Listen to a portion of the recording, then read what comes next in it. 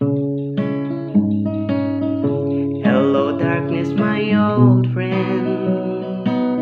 I've come to talk with you again, because a vision softly creeping left its seed while I was sleeping, and the vision was planted in my brain. It still remains within the sounds of silence.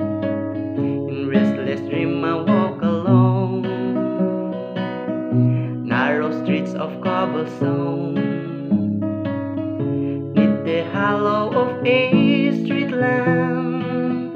I turn my collar to the cold and damp, when my eyes were stopped by the flash of a neon light that split the night and touched the sound of silence.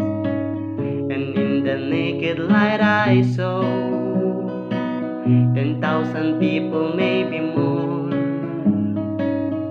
people talking without speaking, people hearing without listening, people writing songs that voices never share, and no one dare disturb the sound of silence. Fool said I, you do not know, silence like a cancer's grow. Hear my words that I might teach you, take my arms that I might reach you, but my words like silent raindrops fell and echo in the wells of silence. And the people bowed and played to the neon god they made,